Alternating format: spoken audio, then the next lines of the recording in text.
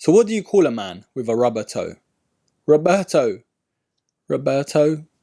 Get it? Rubber toe. Roberto. You got it? It was just a bad joke. I need to be stopped. Perfect.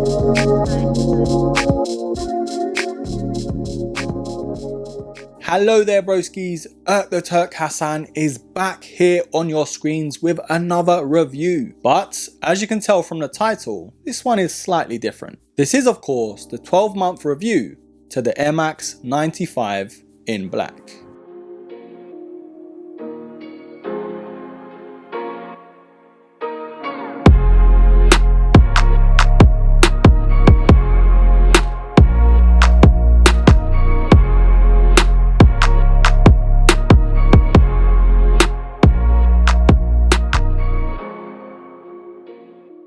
So last October, I invested in these bad boys right behind me just so I can have a nice rugged shoe for the winter months. And there's a lot of things I wish I'd done differently, especially when buying these. But we are going to touch on all of that good stuff. I'm still going to treat this like a normal review regardless. But just like my name was Jack, let's have a look at the box. Did you get that one? Jack in the box, shoe box, Jack in box. You got it? Let's just go. Now as you can see, I do keep my boxes in tip-top condition, but this does come in your red standard Nike box. Now on the product sticker it does read Air Max 95 and the official colorway is black, black and anthracite. Now I know I've done most of this stuff way back in that older review, but I just feel like some of my opinions may have just changed. But if I am repeating myself, it is what it is. The Air Max 95 is my second favorite Air Max of all time, just behind the Air Max 90. But out of the lot, especially in the colder months here in the UK, the Air Max 95 is always my go-to, mainly due to the comfort and how rugged they actually are. Now retailing at £150, is it really worth that money 12 months later? And I've got to say yes, but I've also got to say no at the same time. But before we touch on whether it is still a buy or a buy, I've got to show you something broskies, and it's not very pretty. But nonetheless, let's take an even closer look to see how these have held up. Now as you can see straight away on this beautiful specimen of a sneaker, they have served me very well whilst wearing these. The only thing though I've got to say and point out straight away, if you haven't noticed already, is the materials on the toe guard. It is absolutely shocking. Now I'm a sort of guy that spray protects my sneakers quite often, but with these they needed extra care.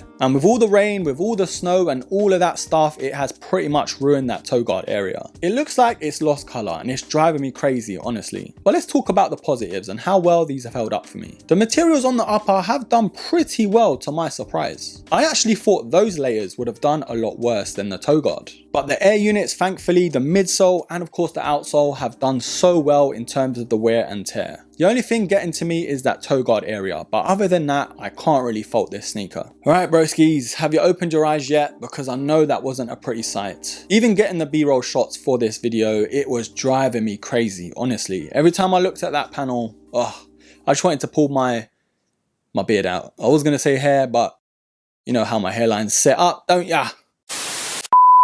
But with all that being said, of course, I've still got to decide broskies whether these are a buy or a buy. Now, even though I am so happy I got these, I still wish I went for the essentials pair. Like I've said in previous videos, they have a lot more leather panels on them. So you're not going to have that issue that I've got on the toe guard. And yes, in my opinion, these do look a lot better, but you have to really stay on top in terms of protecting it with those sprays and that sort of thing. And I may have to grab one of those nubuck/suede restoration kits. I think that's what they're called. So if you do have any recommendations, comment down below. You'll be helping a broski out tremendously. I feel like with sneakers, especially with suede and nubuck, you have to spray them with every use, honestly. And with this UK weather, you can never be too careful. Literally, apart from that toe guard issue, I have no complaints with these. And if you're worrying about sizing in terms of how these held up, going true to size was still my best bet. But be mindful though, some Air Max 95s are a lot more padded inside. But for me, with this colorway, these were true to size. So overall, my final verdict still is an absolute